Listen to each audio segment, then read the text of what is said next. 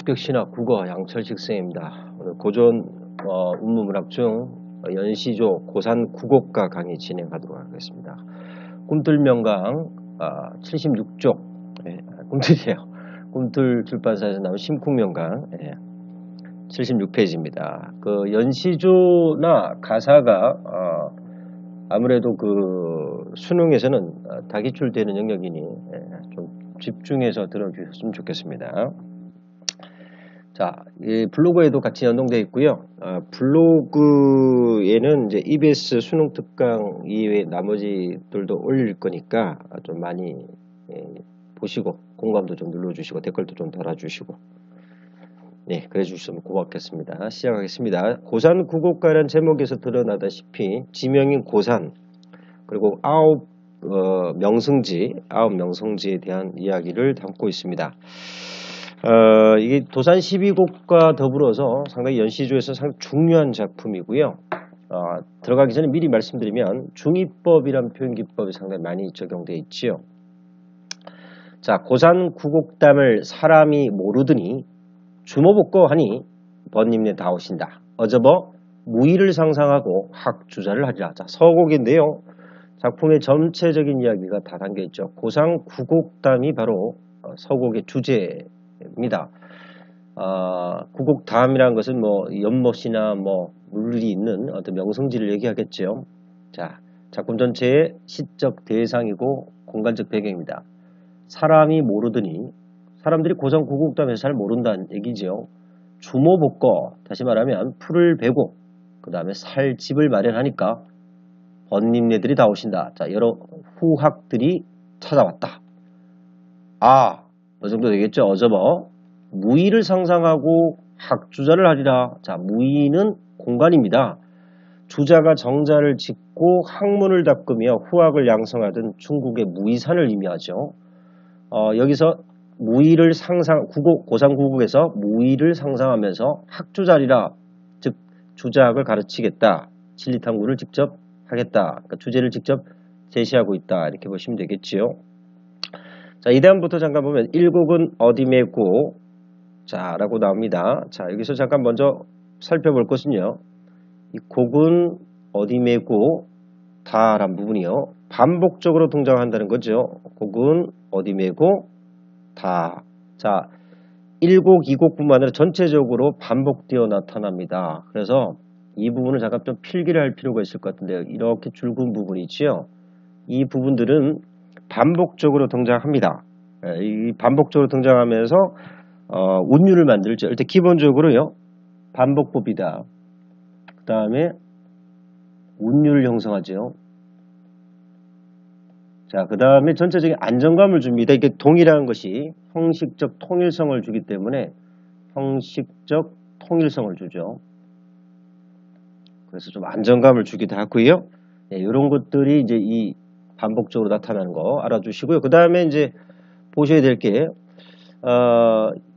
지워져 버려서 제가 뭐 다시 설명드리겠지만 자문자답 형식이라는 거지요. 묻고 난 다음 본인이 얘기합니다. 자, 이 부분들입니다. 과람에 해에 비치겠다. 이 과람은 중의법이지요. 첫 번째는 지명일 수 있고요. 두 번째는 갓바위 같이 생긴 바위. 해 비친다란 말은요.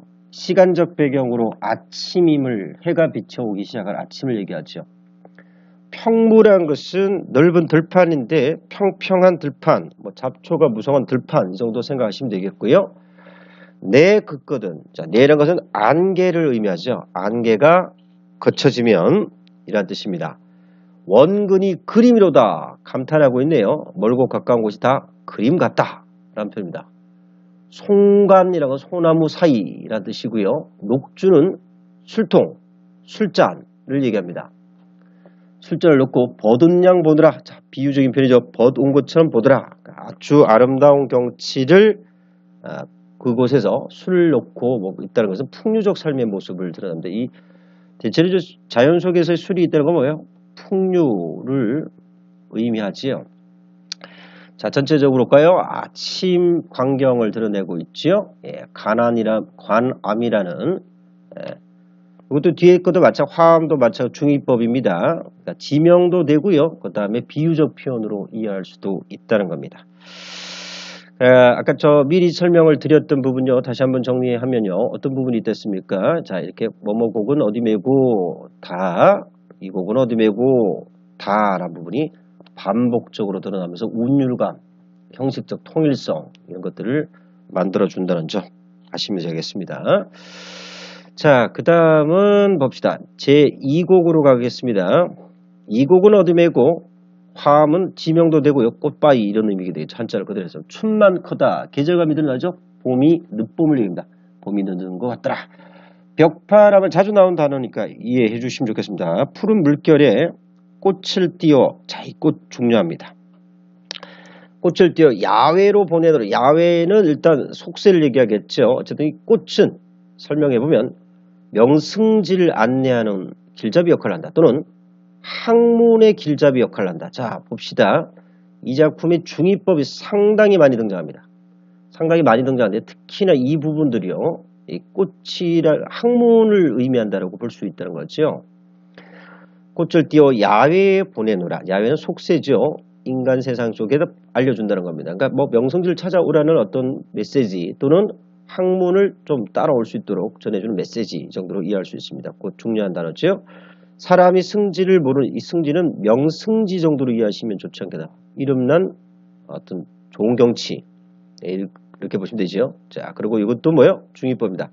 학문을 의미한다. 학문의 진리를 의미한다. 이렇게 볼 수도 있죠.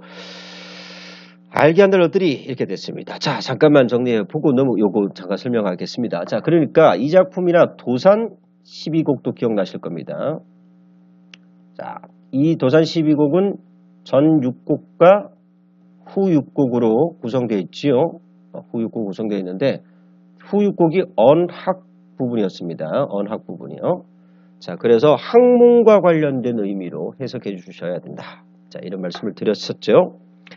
자, 마찬가지로 여기도 등장하는 명승지라든가 이런 부분들이 학문과 연계해서 해석해 주시면 되고요. 옆에는 아까 정리해 드렸던 거 다시 볼게요. 뭐뭐곡은 어디 메고. 자, 이거는 제가 쓸 수 없어서 이렇게 했는데 이렇게 표현되어 있죠. 어디 메고. 자, 반복법과 형식적 통일성, 운율을 형성한다. 뭐 이 정도 봐주시면 되겠고요. 제재는 방금 전에 봤던 화남, 화암, 그다음 취병까지는 오늘 하겠습니다. 취병도 나오죠. 대체로 다 모두가 똑같습니다. 지명과 어떤 비유적 표현을 통해서 드러난다. 이렇게 보시면 되겠습니다. 삼곡은 어디 메고 똑같은 표현이에요. 취병은요, 지명일 수도 있고요. 빛이 세계 병풍 같은 절벽. 이런 얘기죠. 병자, 병풍병자입니다. 빛이 세계 병풍 같은 절벽이 퍼졌다라는 말은요. 잎이 퍼졌다, 우거졌다.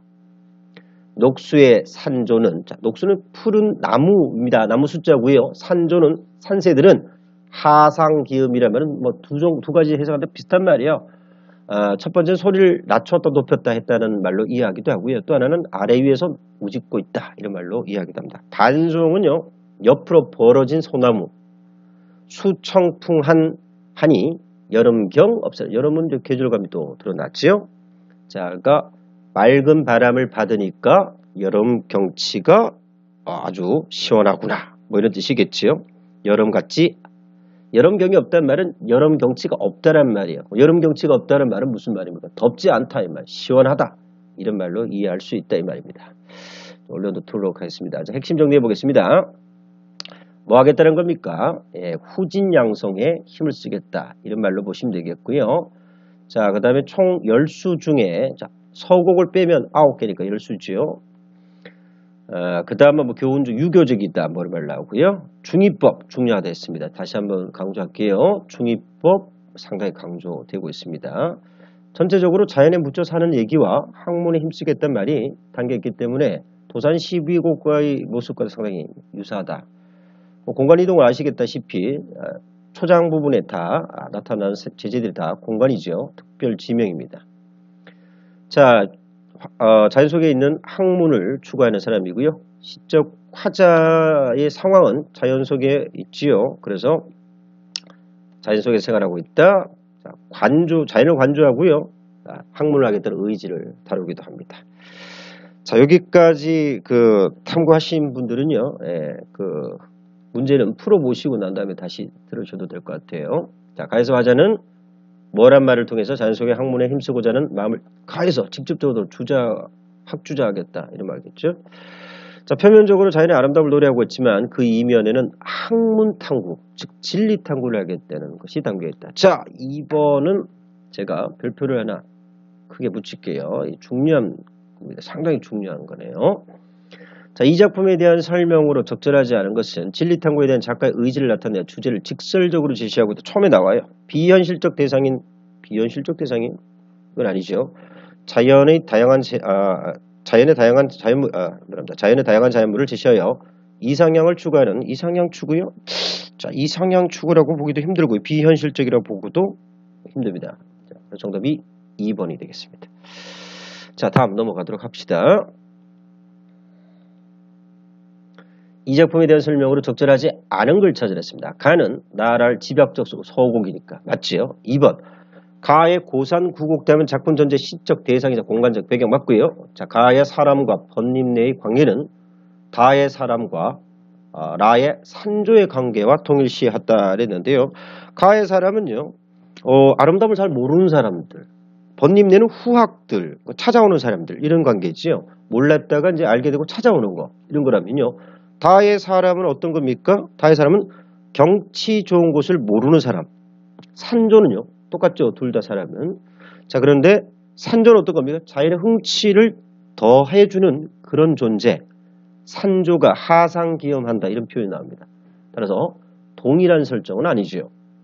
여기는 산조가 나오는데 이 산조는요. 어떤 걸 더해준다고 그랬습니까? 자연의 흥취를 더해준다. 자연의 흥취를 더하는 거다. 그렇다면 이 번님내는 뭡니까? 학문을 위해서 찾아오는 후학들 이 정도로 보셔야 되니까 일치되지는 않죠. 이게 일치되지는 않습니다. 정답은 3번입니다. 자, 가와 다의 시어에 대한 설명으로 적절하지 않은 것은 이라고 됐습니다. 가의 고상구곡담은 다의 화엄을 볼 수 있는 공간이다. 고상구곡에 이 화엄이 들어가 있는 거죠. 가의 화자가 주모복구한 것은 사람들에게 승지를 알리는 수단이 되었다. 그렇죠. 주모복구했더니 찾아온 거잖아요. 그러니까 승지를 알게 해주는 계기가 된 것도 맞죠.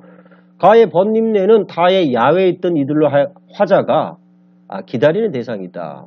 번님내는 누굽니까? 후학들이라 볼 수 있고요. 야외에 있던 애들이었죠. 주모복구하니까 찾아왔잖아요. 그러니까 화자가 기다리는 대상이라 볼 수도 있죠. 왜냐하면 학주자 하겠다. 주자학을 가르치며 배우며 공부하겠다는 얘기니까. 다의 꽃을 띄우는 번님내를 안내에 위하기 위한 아까 꽃의 의미가 중요했는데 두 가지에서 명성지를 알려주는 명성지를 이렇게 탐방할 수 있도록 알려주는 그런 단서가 된다. 또는 학문의 어떤 모습을 전달하기 위한 하나의 길잡이 역할을 한다. 맞는 말이지요?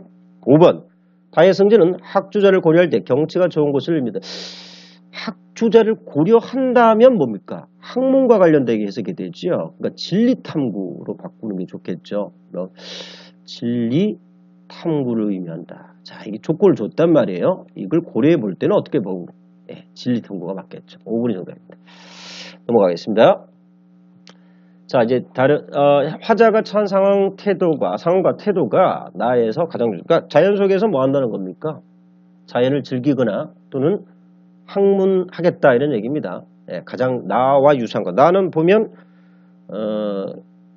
나에서는 제1곡이죠. 관암에 해 비친다. 평무에 내거든 원건이 그림로다. 송관에 녹전을 놓고 보돈양 보노라. 여기는 학문을 직접적으로 얘기하지 않았지만 자연 속에서 풍류를 즐기겠다. 이런 말로 이해할 수 있겠습니다. 따라서 자연 속에서 한가로움이나 풍류를 즐기거나 자연 친화적 태도가 드러나는 걸 찾으시면 되거든요. 정답 2번입니다.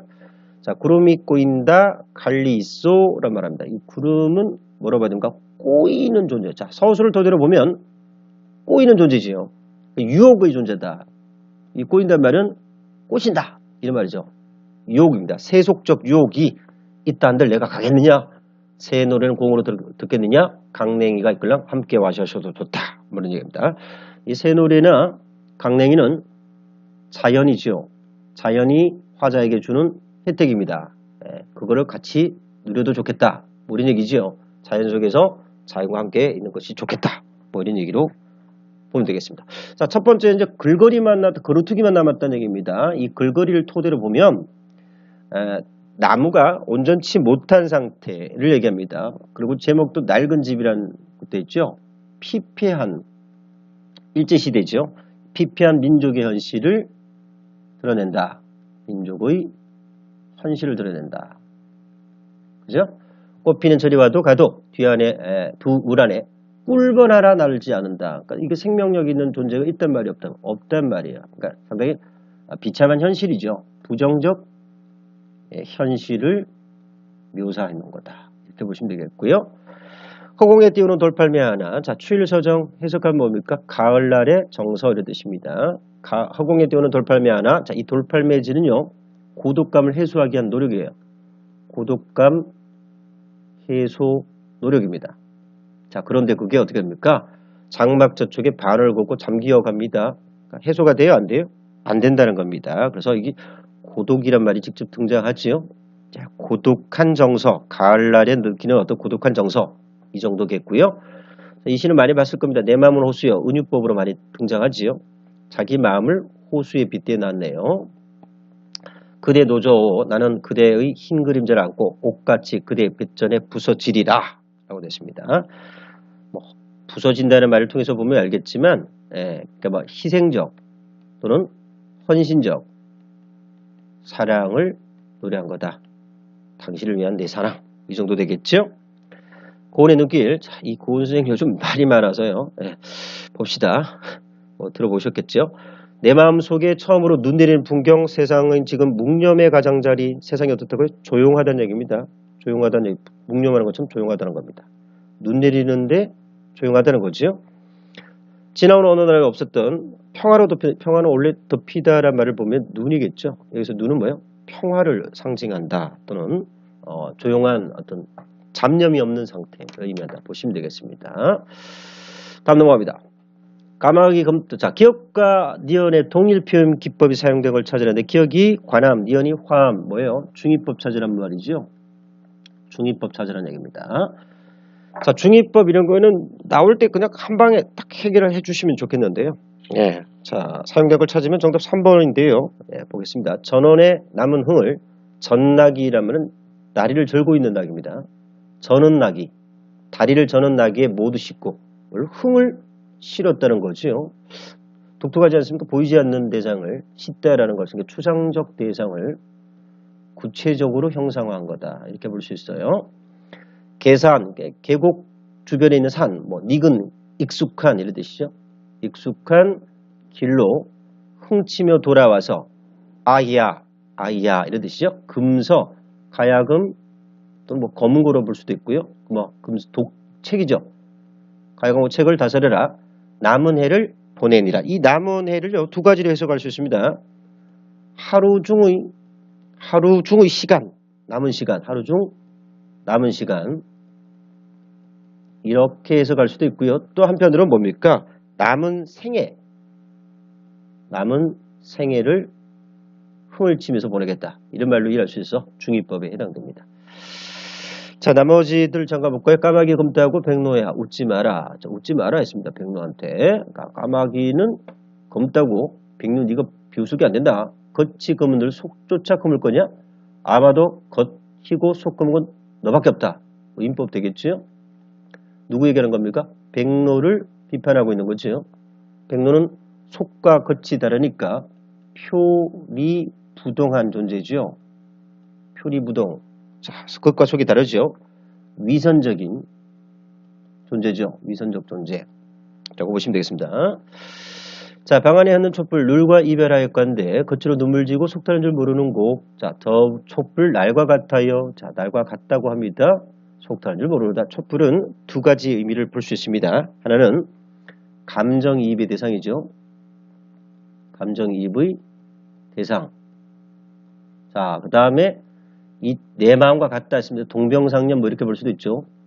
나하고 똑같은 아픔을 겪고 있다. 자, 여기서 이별은 단종과 이별, 이계가 단종과 이별한 아픔을 요구하고 있습니다. 그래서 이 단종과 이별한 아픔을 촛불에 빗대어 표현한 것이니까 감정이입이자 동병상련이다. 이렇게 보시면 되겠고요. 자, 제나무 성골롱집에 수릭단 말이 어제 듣고 눈소 발로 박차 얹히 놓아 젖을 타고 이런 약간 해학적인 부분들이 잠깐 나오죠. 해학적 표현 나옵니다. 발로 소를 뻥 차는 이런 장면들 해학적이죠. 아야 내 걸론 계시냐. 자, 상당히 압축적이고요. 상당히 압축되죠. 생략이 많아요. 정자수 왔다라. 정자수 누구예요? 자기 자신이죠. 술 마시러 간 거죠. 예, 풍류를 즐기고 있는 겁니다. 예. 성권롱이라는 건 직책입니다. 농사를 권장하는 직책을 가진 성시성을 가진 사람 집에 술이 익었던 말을 듣고 빨리 갔다는 얘기죠. 해학적이면서도 풍류를 즐기는 그런 모습이다. 성산도 절로절로 녹수도 절로절로. 자, 이 장국수 얘기하는 거네요. 그죠? 절로절로. 자, 그 다음 보니까 산절로 수절로 산수간에 나도절로. 그 중에 절로 사람 몸이 늙기도 절로절로. 자연 속에서 뭐 하게 되는 겁니까? 자연 속에서 순리대로 살리라. 뭐 이런 정도 됩니다. 자, 중이법은 아니죠. 자연을 나타내는 거니까. 정답은 그래서 3번입니다. 작품이 많아서요. 예, 빠르게 전개하려고 노력했습니다. 잠시 이제 이 작품을 마무리하고요. 다음 시간에 이 다음 시간 어부사시사 상당히 중요한 연시조죠. 어부사시사로 다시 뵙도록 하겠습니다. 자, 마치겠습니다.